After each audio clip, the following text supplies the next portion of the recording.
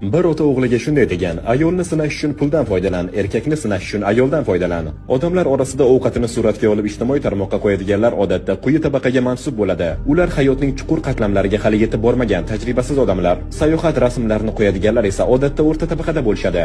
Ular endigina yeyish-kiyish muammosini hal qilgan bo'lishadi. Haqiqiy boylar esa farzandlariga inson tabiatini chuqur tushunishga o'rgatishadi.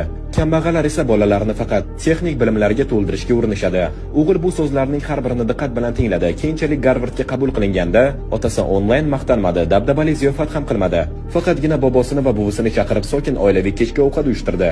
O'qishni tugatgach, o'g'il o'z biznesini boshladi. Tez orada millionlab pul topdi, uy va mashina oldi. Ammo bayram kunlari uyga qaytganida otasi hali ham qo'ni-qo'shniga va qarindoshlariga shunday der edi: uy ham, mashina ham kreditda, har oy arang to'laydi, qiyin hayot. Bir kuni o'g'li jahli chiqib so'radi: dada, nega boshqa otalar farzandining muvaffaqiyatini ko'klarga ko'taradi, siz esa doim kamtarlik qilasiz? Nima, men bilan faxrlanmaysizmi? Ota xo'rsinib javob berdi: o'g'lim, men qanday his qilishim mumkin emas, muhimi sen tushunishing kerak.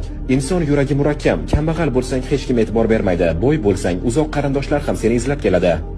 Qarindoshlar sening baxtingni tilaydi, lekin baribir ichidan sendan yuqori bo'lishni istaydi. Bu dunyoda faqat ota-onangina sening muvaffaqiyatingdan chin dildan xursand bo'ladi. Sen ajoyib inson bo'lding, lekin hamma tengdoshlaring hali bunga erishmagan. Qanchalik yuqoriga chiqsang, shunchalik boshqalarning senga nisbatan hasadi ortadi. Kimdir ortingdan yomon gapiradi, kimdir yordam yoki pul so'rab keladi. Kamtarlik bu faqat odob emas, balki o'zingni himoya qilish yo'li. Buni eshitib o'g'il nihoyat anglab yetdi. Inson tabiatini tushunish shaxsiy g'alabalarini nishonlashdan ko'ra muhimroq. Agar videoni shu yergacha tomosha qilgan bo'lsangiz, kommentariyada bitta 100 raqam emojisini qoldirib